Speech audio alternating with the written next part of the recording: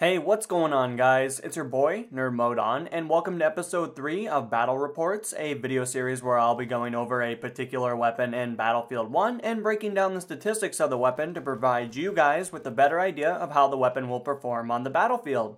So today we're actually going to be taking a look at the M1907 SL, however it's also known in real life as the Winchester Model 1907. Now, the Winchester Model 1907 is a blowback operated semi-automatic rifle that was produced by Winchester Repeating Arms Company beginning in 1906 with the production ending in 1958. The Winchester Model 1907 was fed with a 5 or 10 round detachable box magazine that was located immediately forward of the trigger guard.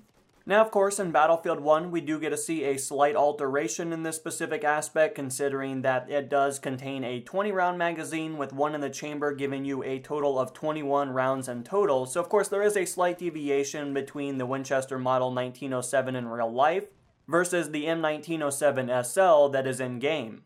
Now, a very interesting fact about the Winchester Model 1907 is that the only cartridge offered by Winchester as a factory chambering in the Model 1907 was the 357 SL centerfire.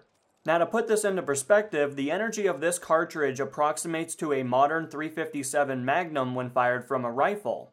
Now, considering World War I was heavily emphasized by the trench combat that many players are well accustomed to when researching information about World War I, it may come as a surprise that there were actually a fair amount of these rifles that were ordered by France, Great Britain, Russia, and the United States. The French government initially ordered 300 Model 1907s in October 1915 from Winchester. However, the French government would later make a following order of 2,500 more rifles to add to their arsenal. However, it is worth noting that Great Britain, Russia, and the United States as a total would also order 639 of these rifles from Winchester. Now, moving back to Battlefield 1, we do notice that the M1907 SL does have 3 variants that are currently available in Battlefield 1.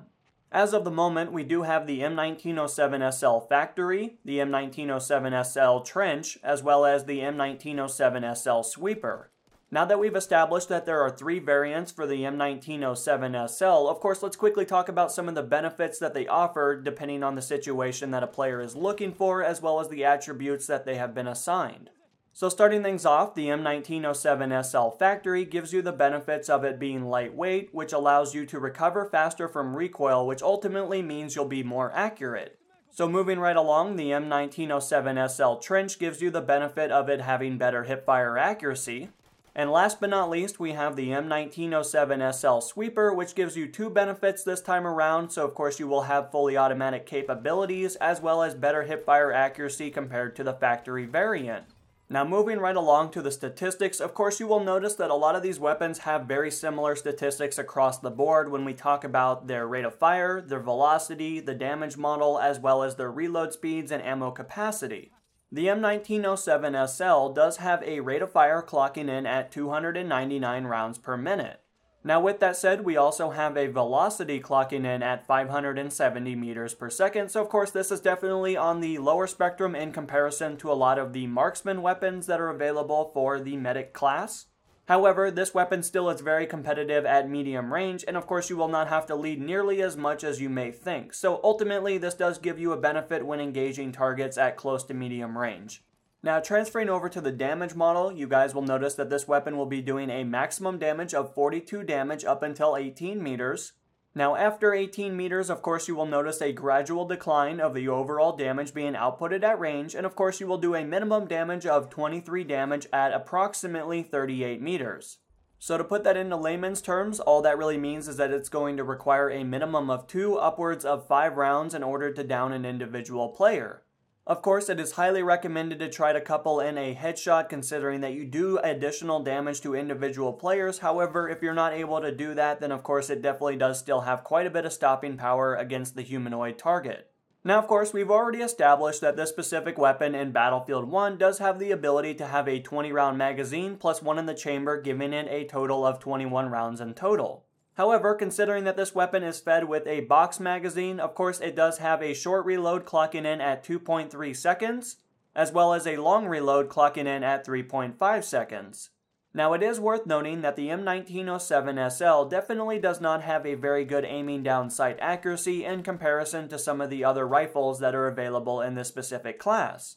The M1907 SL is well suited for close to medium range combat, as well as if you do happen to engage targets at long range, it will be noticeable that the penalty to accuracy is there, considering that the weapon just doesn't facilitate that type of playstyle. Now, considering that the M1907 SL is well suited for close to medium range combat, of course you will have the ability to place a bayonet on the end of your rifle. This will enable you to initiate a bayonet charge, and of course if you are successful, you will thrust it into the opposition, throwing them to the ground, and of course you'll be granted with a kill confirmation as well as a little bit of XP. However, it is worth noting that if you decide to equip a bayonet onto your rifle, you will have increased recoil, as well as it will take your weapon a little bit longer to come up to a firing position after you're done sprinting. But anyway guys, that's really all the information I have for you when it comes down to the M1907 SL. Of course, we did talk about the 3 variants, and hopefully you found something in the video insightful and or entertaining. But until the next episode guys, this has been NMO, and I'm going to be signing out guys. Peace!